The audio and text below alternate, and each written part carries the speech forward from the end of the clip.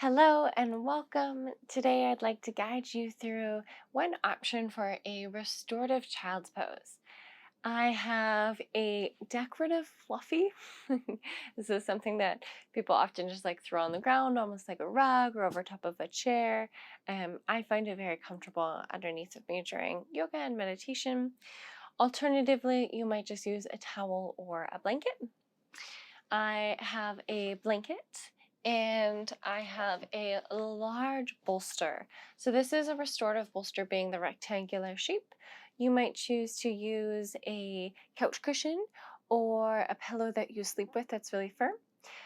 If the pillow that you sleep with is not firm, you might take another blanket, wrap it around the pillow to give it a little more structure. Those are a couple options.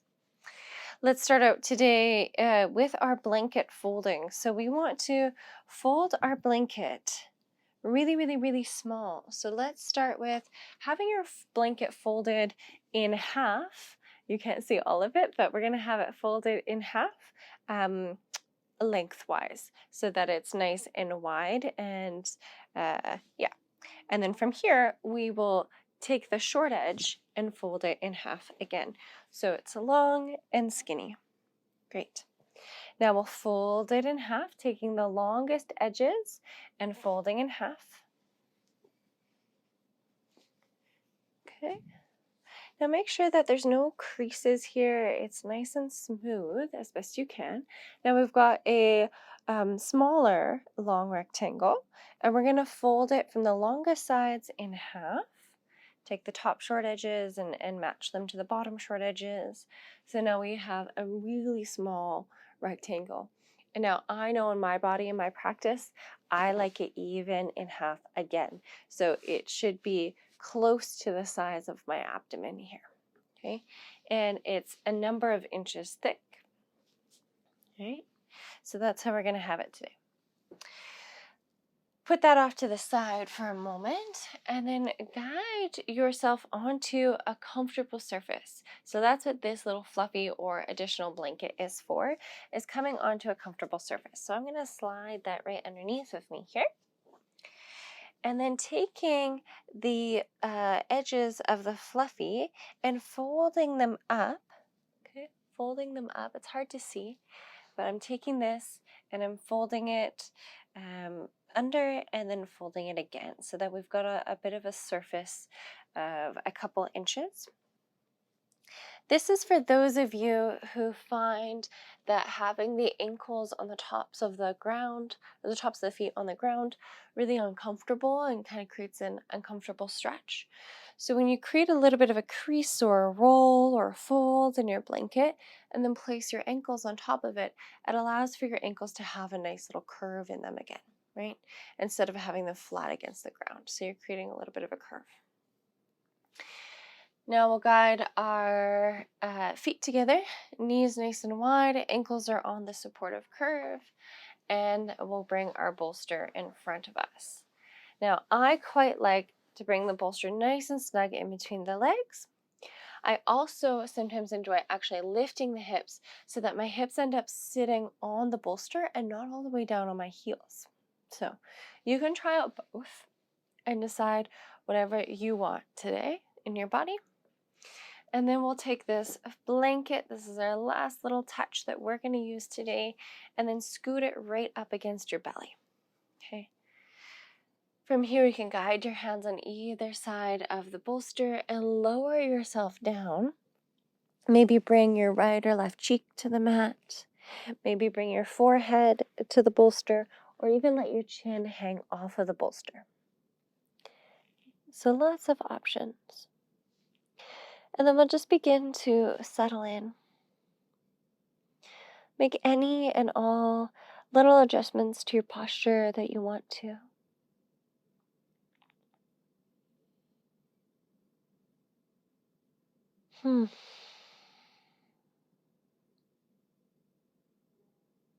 After being here for a moment or two, you might decide that you want to adjust your bolster or your blanket in any particular way.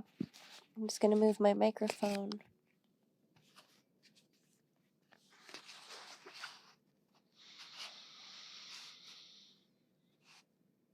And perhaps joining me with a full breath, guiding a full breath into the belly, the rib cage, the chest, sip in a little more air, and then a big exhale out the mouth. Perhaps allowing your body to become heavy.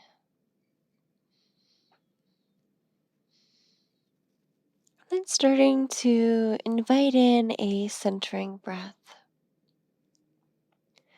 A centering breath is where you take a full breath into the belly, just to the point of resistance, of fullness, pause, and then slowly let it out. At the bottom, just notice the gentle pause. Then allow for a few natural inhales and exhales to occur.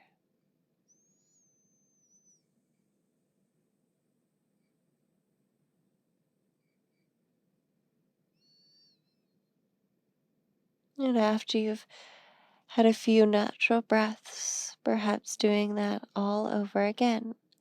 Taking a long, slow breath in, expanding the belly just to the point of resistance.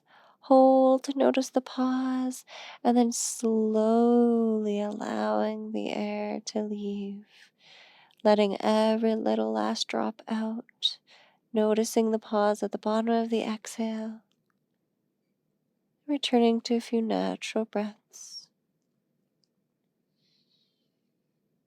And then continuing just like that.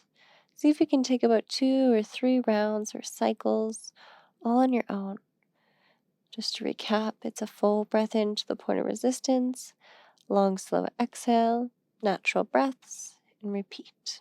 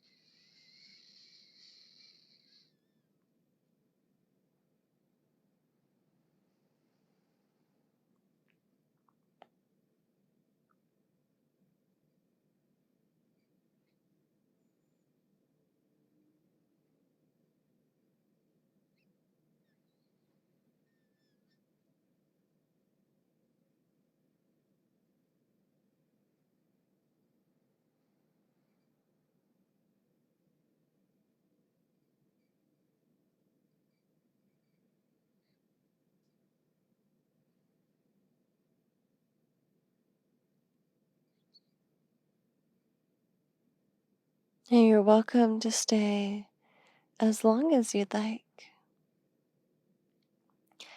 I'd recommend that if you have the time to stay for an additional 5 to 8 cycles of those breaths, anywhere between 3 to 5 minutes. And if you're ready to exit the posture, the shape today, and I'll begin to guide you out. Begin by visualizing your body in the shape, where you are in your room, the props supporting you.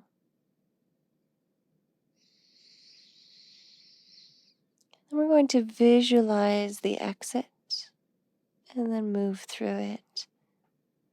You might imagine what you would do first, maybe bringing your hands on either side of your bolster and gently pressing into them, lifting your chest over your hips, and scooting over to one side and bring your legs in front of you. Then gently begin to move through those movements about 20% slower than what you want to. The transitions are just as important as the postures, slowly rising all the way up.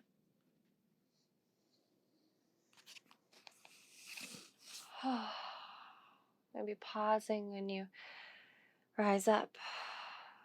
If you're starting to open your eyes, you might blink them several times to allow yourself some time to Come back into the space.